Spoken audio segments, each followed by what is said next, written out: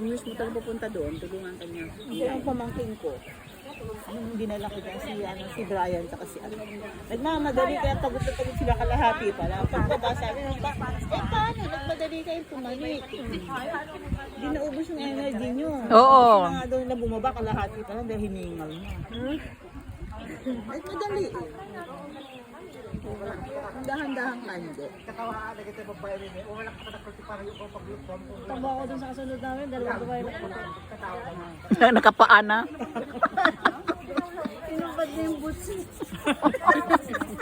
Samantalang kami, paisi-isi lang kami yung makyat. Beng, ano ka nga, Beng? Alisin mo yung ano mo, ayan, smile. Ging, smile.